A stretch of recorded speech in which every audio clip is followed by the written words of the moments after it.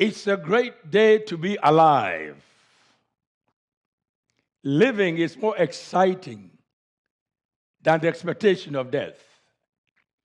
And the fact that you are alive today means that your work or your purpose on earth is not done. Let's find the purpose of today and let's make use of it so we can find fulfillment and completion in our lives. I've been coming to you with strategic messages which I believe are meant to address your needs and also speak to you in such a way that you will find relevance in your daily life. Today, as always, I'm coming to you with a very unique message which have to do with worth. And that is, do you know your true worth?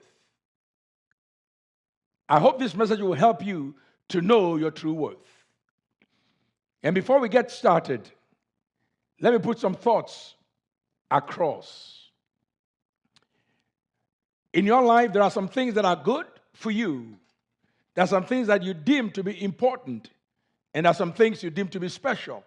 And also, you've had experience and you've had times when you said, this is not that good, and this is something I can improve on, or this is something I can leave behind and at least start something new with my life. I am a strong believer that everything that exists has a purpose. And everything that God made, He placed purpose and value in it. So let me put it this way. Everything God made is good, and everything God made is that important. And as I talk about important and good, let us deal with this subject. Anything that is important, therefore, has value. Anything that is good is important. Anything that is important has value. And anything that has value, we consider that it has worth. Again, anything that has value, we consider it has worth. And let's take it one step further. Anything that has worth is not cheap. It costs. Again, anything that has worth is not cheap. It costs. And anything that costs, to have it in your possession, it means you have to exchange with worth or value or money. In other words, it's going to what? Cost you something, and you have to pay a price for it. And let me make it very simple. Now, this is my watch. This watch was manufactured by a watchmaker. The purpose of the watchmaker making or putting this watch together was to make sure that this watch, once it's done and it meets the classification of quality, it will leave the shop and find its way to a buyer who buys it and add extra value to it and sell it to the public. So between the manufacturer of this watch and me, there's what we call a salesman. So for me to get this watch, which I consider to be important to me, and consider it to be good, I have to value this watch. And I have to convince myself that the value I place on this watch worth my resource. So this has value, and to me, it has worth. And for me, who sees this valuable watch and consider it worthy of being in my home, I have to realize that it's going to cost me. And for the cost, I have to pay a price. And when I pay the price, it was signed and a receipt was issued, and this watch has been with me ever since.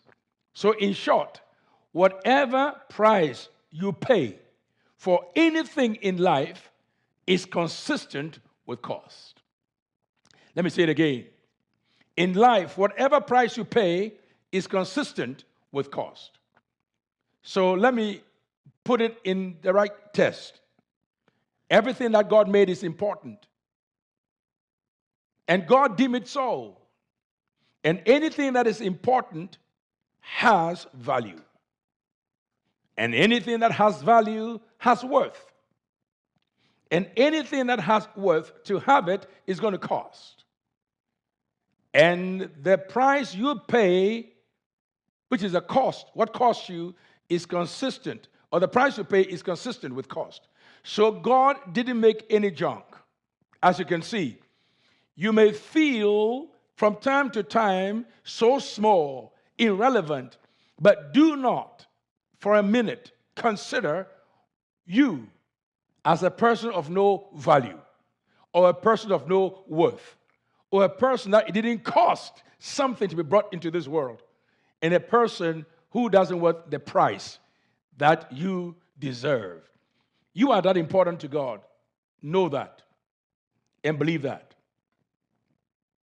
So in life, I want to encourage you, plan to always succeed, or plan to add value, worth, the price, and make sure that you are not cheap.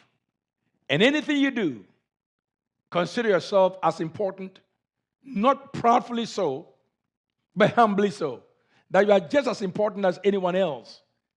I never consider myself less important or more important than anyone else. I see myself as important as everyone else. But I give others much value. I give others much respect.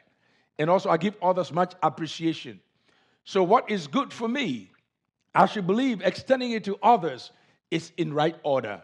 So we value ourselves. We respect ourselves. We appreciate ourselves. And also we begin to see that no one is made a junk, irrespective of where they were made. Listen, it cost our mothers so much to bring us to this world. Some parents or some mothers, in the process of bringing forth wonderful children, die in the process. There's nothing cheap about life. So if you're going to live life, live it with the aim that you are going to succeed. Don't live this life with the aim of failing. Make room, though, for challenge or challenges in life, because challenge or challenges will come. Make room for opposition, because opposition and oppositions will also come.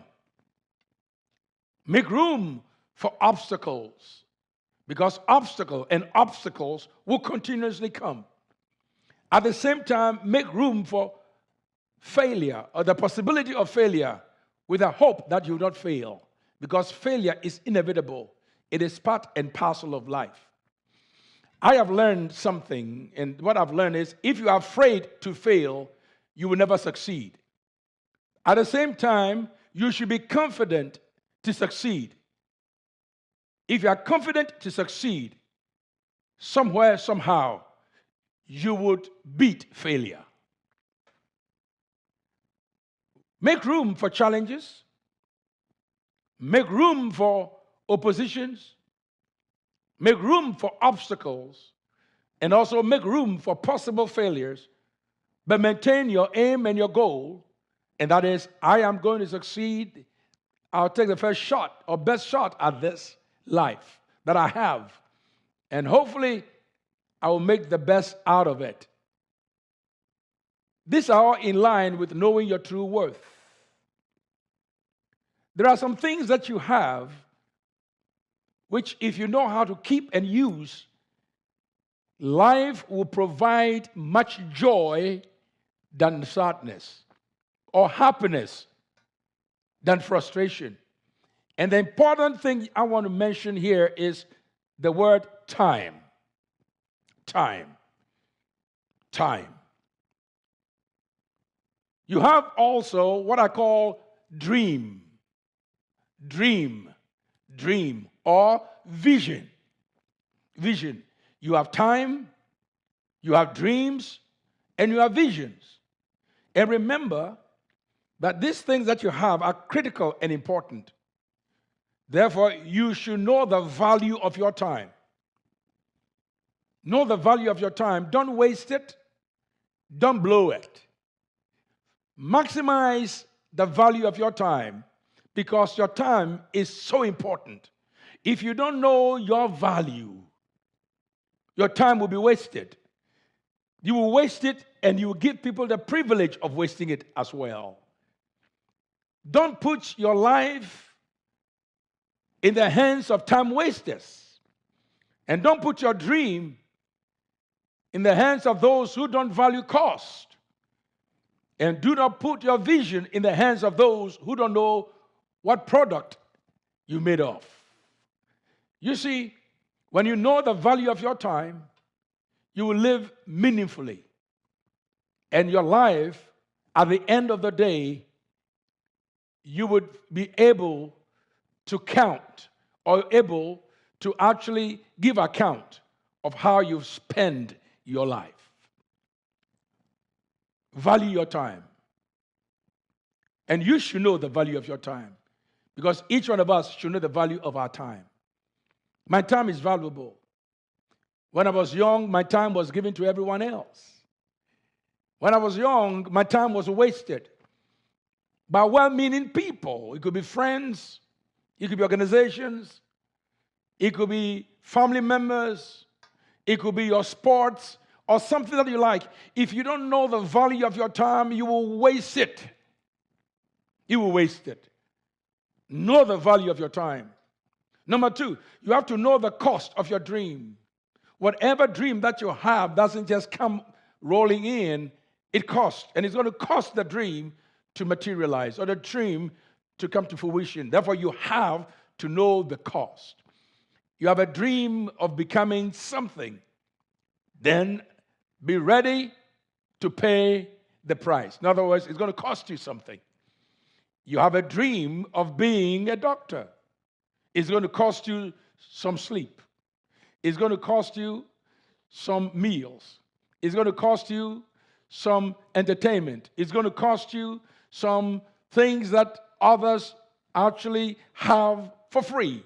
But because of the cost of it, and you are working towards it, you are willing and ready to pay for it. Know the cost of your dream. Every dream that you have, like a vision, is also a product. You should know the worth of your product. If you have a product, what does it worth? You are a product, in case you don't know. You are a product. But do you know the worth of the product? Do you give the product to others to bargain it to nothing? Or you put value, worth, price to that product? Know the worth of your product. When you know the worth of your product, therefore, whatever it's worth to you, you are then willing to pay the price to achieve it. There are those who would ask you questions like, hey, why don't you do this? Why don't you do this?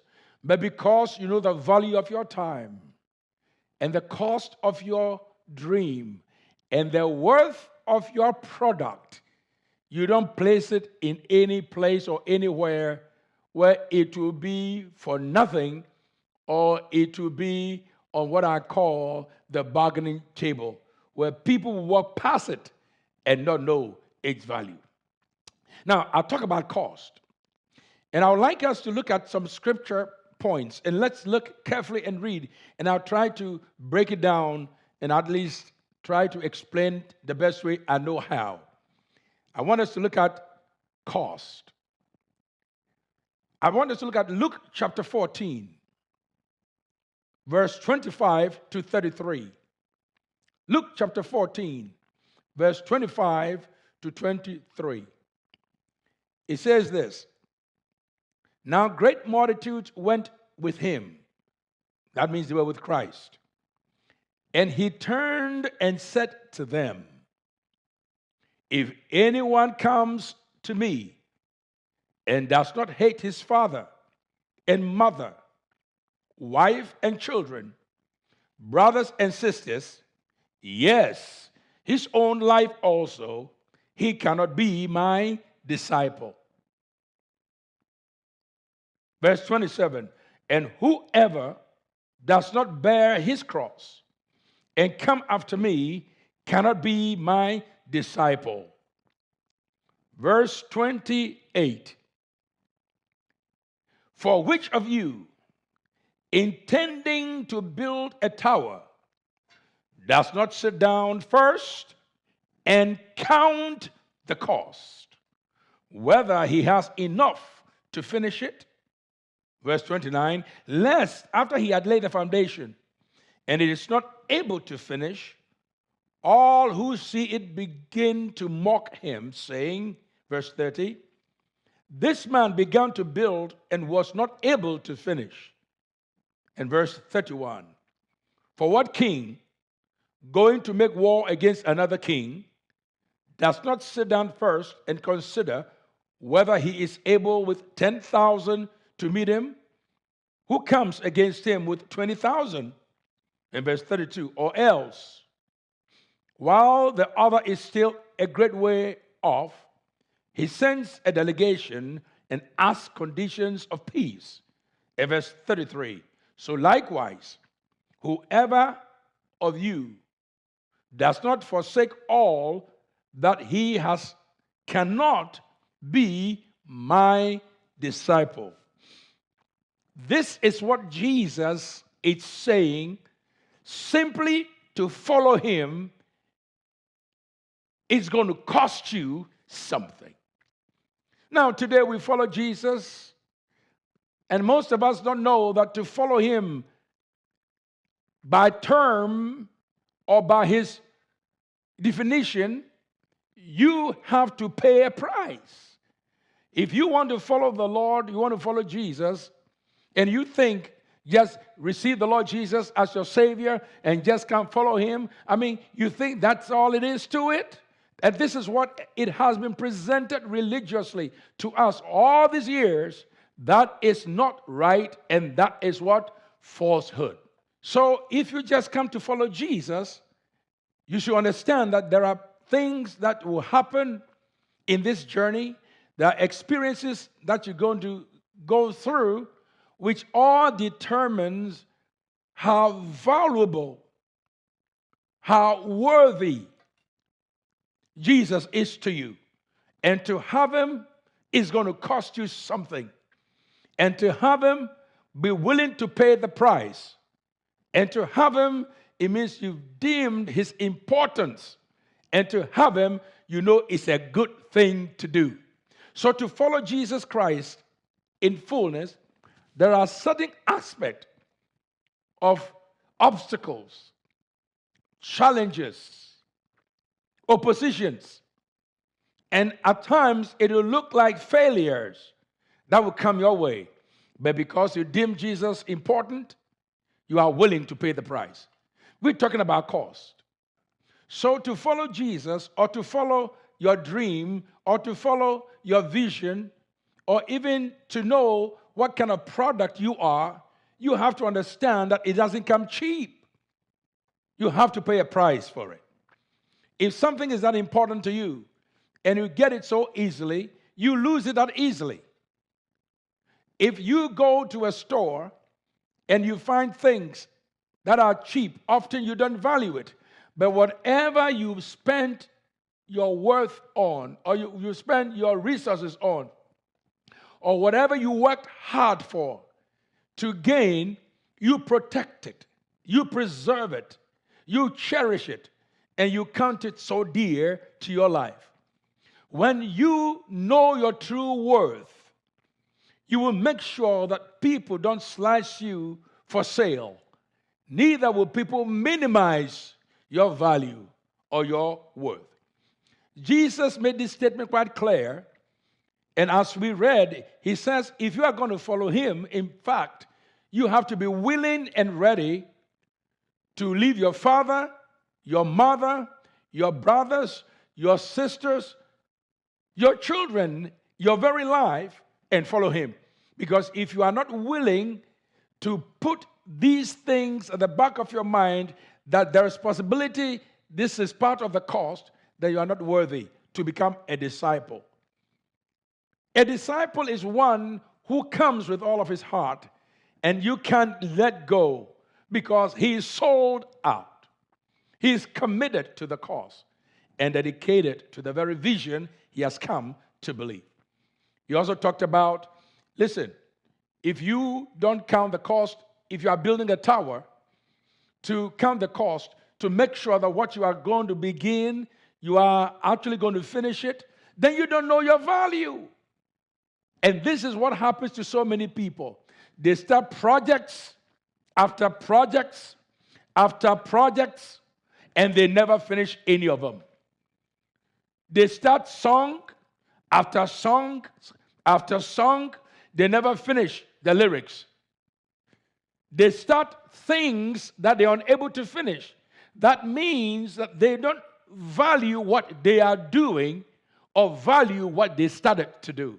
If you value something and you deem it's important, then when you start, you have to first take into consideration the amount of resource that is needed, the amount of information that is needed, the amount of capital that is needed, the amount of time that is needed, the amount of support that is needed. If you don't put all these things in place and you just start it, then you will just be starting things after starting and never complete. This is what we call jack of all trade and master of none. One who knocks on doors and have doors opened but never walk through. What walks through the door are flies and not the person that's supposed to walk through those doors. So a man who is going to build a tower should first sit down and count the cost and make sure that what I'm starting, I can finish. Or a man who decides to go to war, a king who decides to go to war with another king, make sure that you are not just taking 10,000 soldiers to go face 20,000. If you know that you don't have the capacity to face your position, then in simple terms, negotiate. Negotiate. If you value your time, you will know when to negotiate. Let me say it again. If you value your time, you value your products, or you know the worth of your product, and you really, really know the cost of your dream, you will negotiate when it's necessary. So you don't go to war and come defeated. And a person who doesn't value themselves or don't know the true value of themselves, they always come back with embarrassment and shame. There are so many people who undercount themselves. There are so many people who always tell themselves, I don't worth much. I am filthy. I am this. And they say the most worst things you can say to yourself because they don't know their true worth. Whether you are male or female, boy or girl, rich or poor, black or white, educated or illiterate, it makes no difference. You still have worth if you know your value. But if you don't give recognition to your value, then your worth, your price, and your cost will be reduced to nothing. You have to know that you and I have to put cost in place. Now, let me talk about value for a minute. Let me talk about price. Let me talk about cost. And let me talk about worth. But I will first tell you a story that I always tell. My personal experience. I've said this a million times, and every time I say and I share my own experience, I learn from it, I get more inspiration, and I get stronger and resilient. When I was growing up, I had a teacher who never liked me. I had a teacher who lived next door to ours. He never, ever liked me because I wasn't the kind of a kid he should like. I was left-handed. And as my teacher, he made sure that everyone wrote with the right. But the fact that I used my left to write wasn't good enough. I was spanked, disciplined, ridiculed, beaten, insulted in class to break my will. And so often, going to school because of his behavior and because of the treatment he dished out of me, I felt school might not be for me. But my parents wanted me to have good education. My brothers and sisters will go to school. How do I stay home? I couldn't tell my parents the challenges I was having in class. When I do my schoolwork, he would take my work and throw it in front of the class. And when I reach out to pick and you tell me, pick it up. When I reach out to pick up my notebook, he would hit me with the cane. And the class would break out in laughter. So you should imagine as a little boy, a young guy, who is going through this tough time, couldn't break it out to his parents, sit in the class and humiliated all through class. During break, I would sit in the corner. I won't go out because I couldn't go out and play with my friends or go out to have break lunch because I knew that they would make fun of me because they are waiting for me. I'll stay in class. Imagine going through this for months. But one thing I learned was that what he dished out to me eventually became my strength. And I can say with all gratitude that even though he didn't treat me right and his behavior was wrong, unaccepted, I gained something out of it. Because when I was growing up in Africa, when you are treated anyhow by an elderly person, you dare not voice your opinion. You keep quiet. So imagine the kind of abuse a man will dish out to a kid, a teenager. I took this in good strides. Until one day, I said to myself in the mirror, pointing at the mirror and speaking to the image I was seeing in the mirror, and I called my name out. And I called his name out. And I said, Mr. Becker, you will not break me. You will not break me. You didn't make me, and you can't break me. You are not God. When I voiced these things, and these words came out of me, I knew that something was broken in the realm of the spirit and also in the natural realm. My mind, for that moment, got free from the oppression of this man. This is what has helped me over the years. And anytime I tell the story, I remind myself that if God does not conclude your end, never take the opinion of man to establish your end.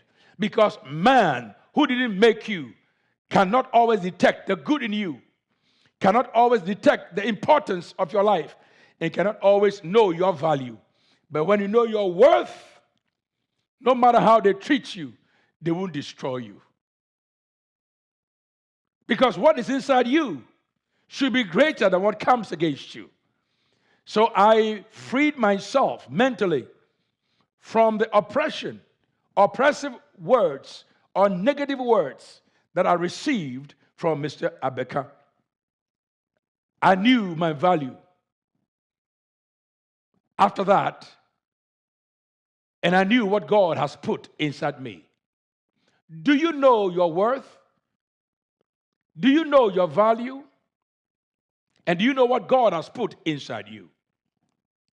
You see, when we talk about worth, and let me talk about worth for a minute. What is worth?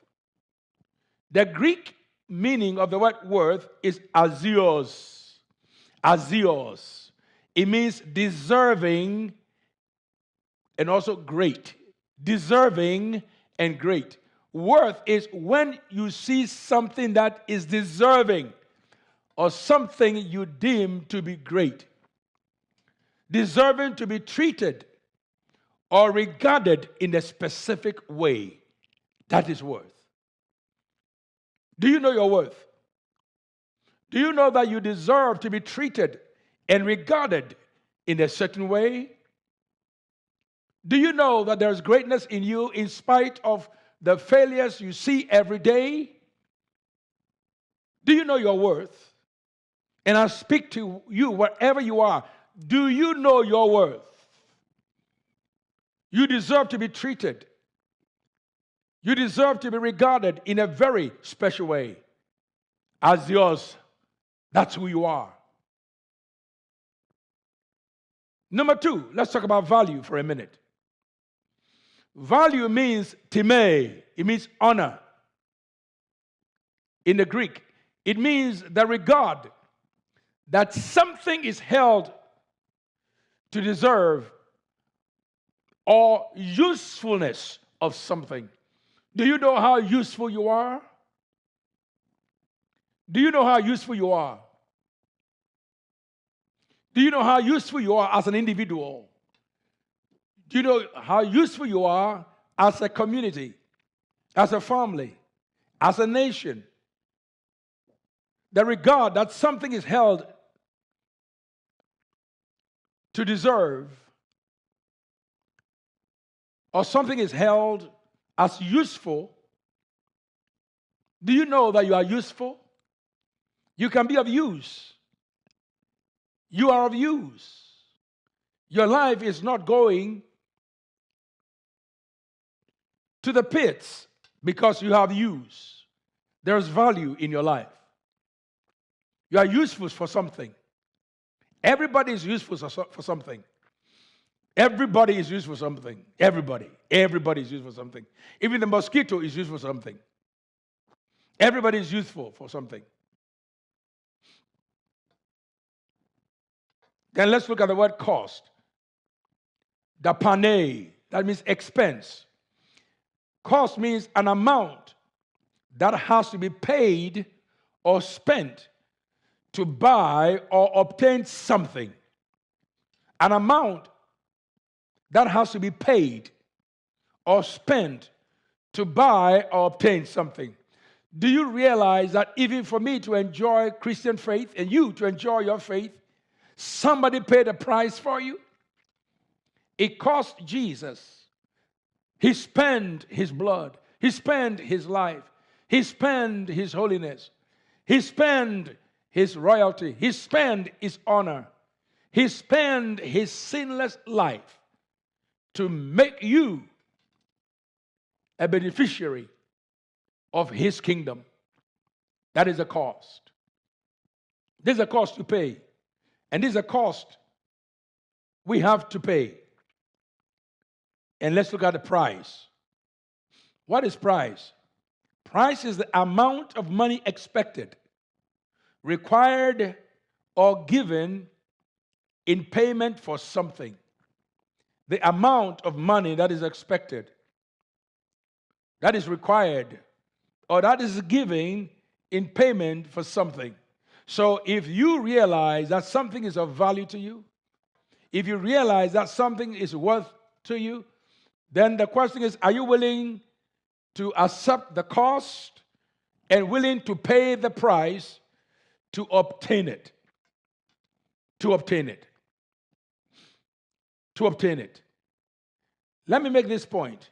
No greater challenge, no greater obstacle, no greater handicap, or no greater disability can stop you except you allow your failures or weakness, your temporal disappointments, or the stigmas that society puts on you.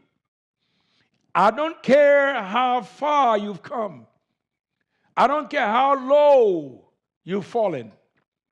And I don't care what you've been through in life. If you allow stigma, if you allow your own deficiencies, if you allow your own doubts, self-doubts, and fears to take over your life, I can tell you, you are giving yourself totally to be worthless. Again, no greater challenge, no greater obstacle, No greater handicap or disability can stop you except you. And also the label society you allow to be placed on you. Truth be told, we all have worth and value because God created us all in His image and His likeness. And not because of how we look or because of what we have already accomplished. Not because of how you look or what you've already accomplished. Remember this, the fact applies to all of us. Whether you are born strong or you were born weak. Whether you were born able or disabled. Whether you are black born or white born. Whether you were poor born or rich born. Male or female, the fact still applies. You still have value in regards. You still have worth in regards. And it's important you know your worth. God has not turned His back on any of us in spite of our present circumstances. In spite of what is happening today with COVID-19, in spite of our political wranglings and confusions everywhere, in spite of social distancing, in spite of job challenges, God has not turned His back on us, and He will not, because He made a promise. He says, behold, I'll be with you always, even to the end of your journey or end of this life. Keep that in mind. God is still faithful, and He still does what He does best. He's a God of many chances, and He's a God of miracles. Our God is still in the business of changing lives, and He restores us to our true worth and value. Even when we were not loving to ourselves, He gave us love and He gave us meaning to exist. So you have to know your true worth, and you have to know your value. Do you know how important you are? You're worth every attention of God. You have been bought with a price. The word declares. You are not of your own. You have more value than the sparrows. You have more value than the birds of the air. You have more value to the point where the number of hair on your head are still numbered. You have value. Do you know your worth? I want you to understand for a minute. I'm talking directly to you. You have worth in spite of your present failures, in spite of your disappointments, in spite of your inadequacies, in spite of all that has come against you, considering obstacles, oppositions, defeats. Consider all of them, you still have worth. Let me tell you a story about worth, and that to bring this message to conclusion. A father, before he died, said this to his son.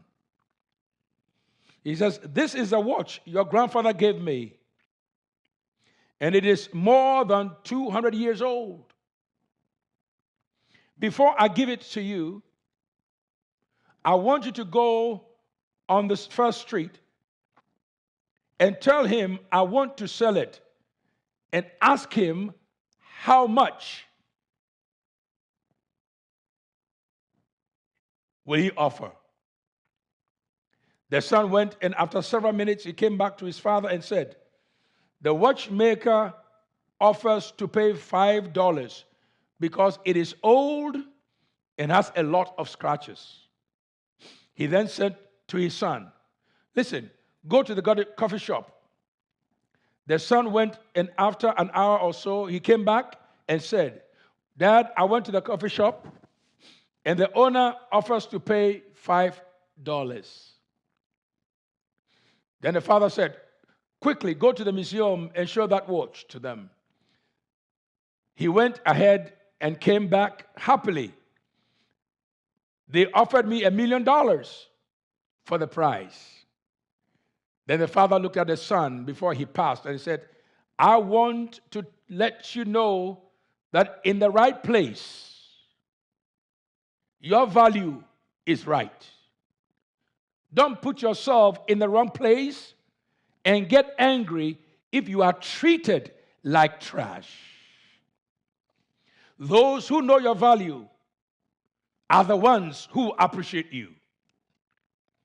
Don't ever stay in a place that you are only tolerated or place that you are not appreciated or place that you have no value. If they don't consider your value, go where value will be added to you.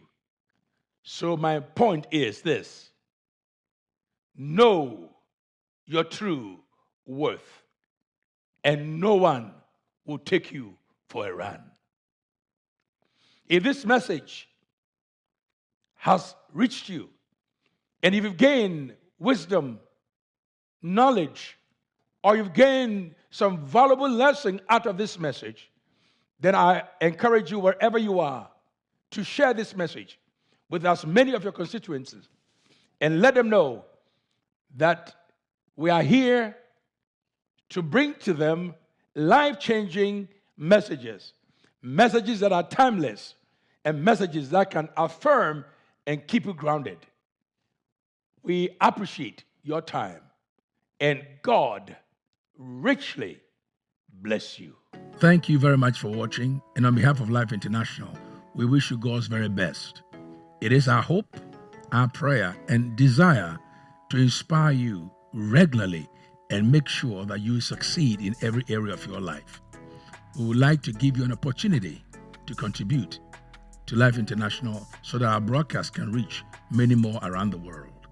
Continue watching, share us, and mention us to all of your friends. Thank you so much, and God bless you.